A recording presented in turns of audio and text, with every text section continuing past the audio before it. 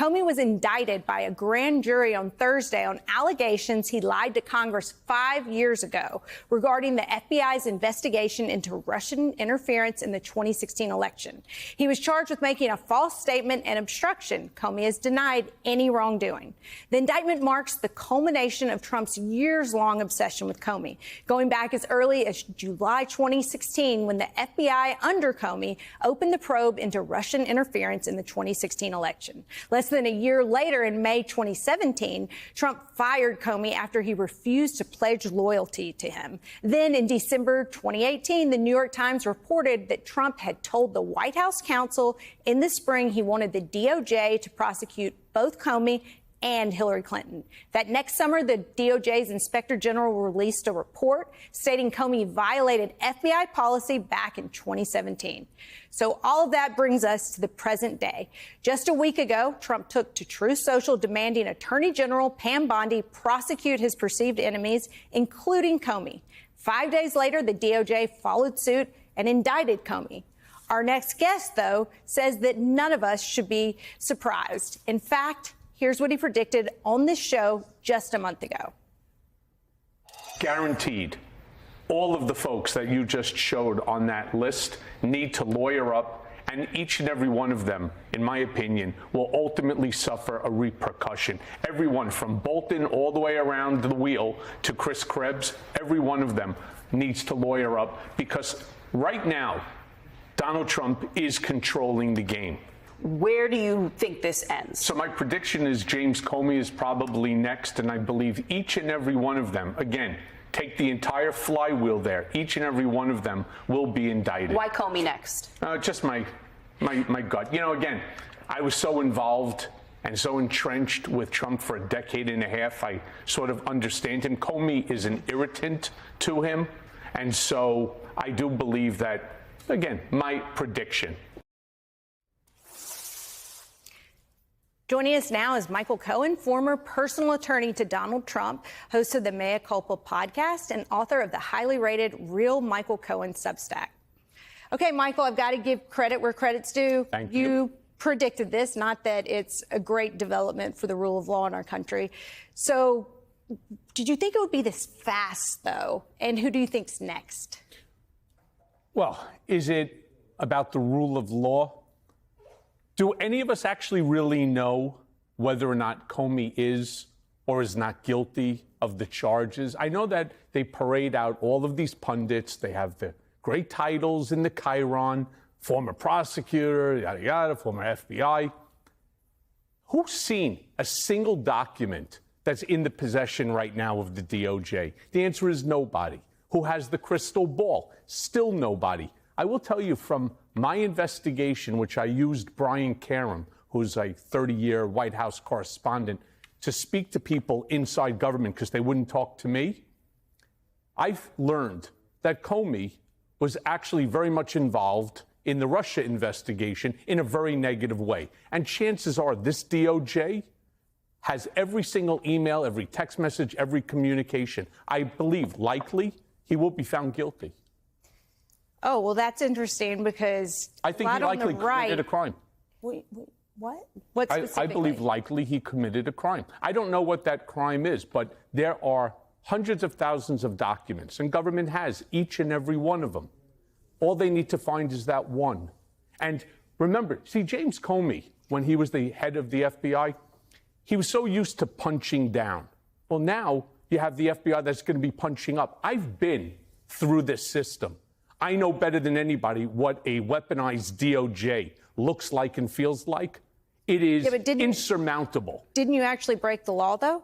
Well, with Stormy Daniels and the payment? Well, it was a campaign finance violation. Is it any different than, for example, John Edwards? Yeah, but isn't that what the law is supposed to do? Let me say I did. I pled. I pled also under some very extreme circumstances. My entire case didn't last like everyone else's. It was 48 hours.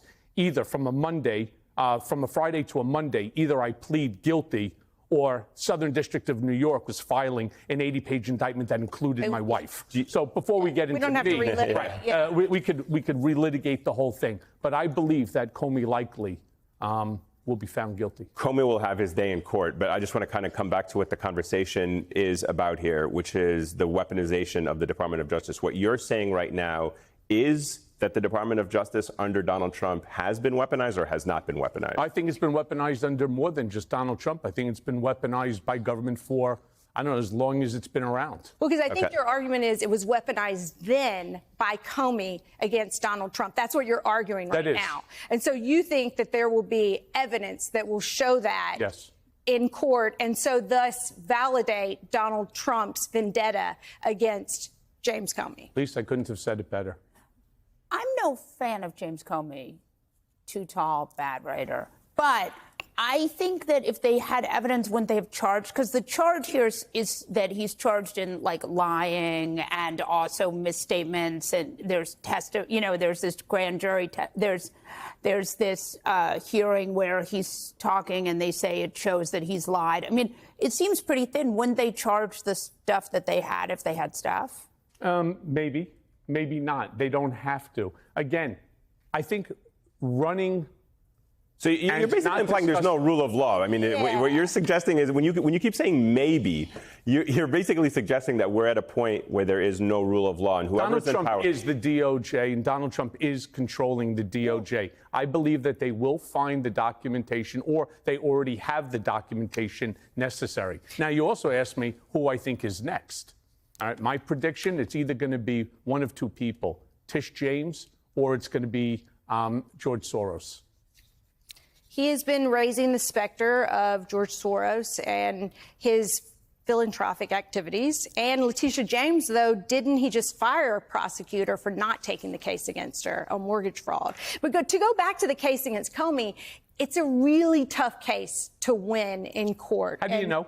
Because obstruction, that he lied under oath. How do you know? And that, hold on. Here's it's not about how we know or not, because we don't know the evidence, right? So we're not going to go down that road. But I will tell you what has transpired. Donald Trump, in the middle of his campaign, says he's all about retribution, right? He did not like James Comey. He then gets elected president in an interview with Kristen Welker. Right.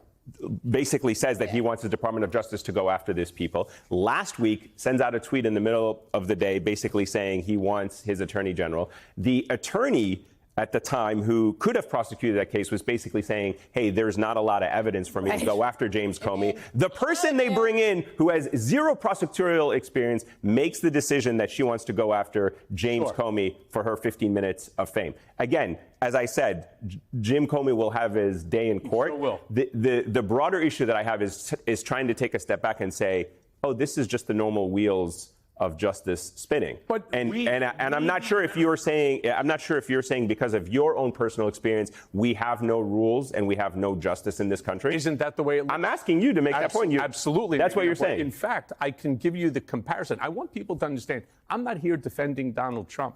What I'm trying to do is to explain where we are at, because you listen to all the pundits, they can sit there with their fancy titles and tell you whatever they want. Well, that's not a reality. Let's actually play some. Yeah, let's play some of this. Take a listen to some of these pundits that you're talking about.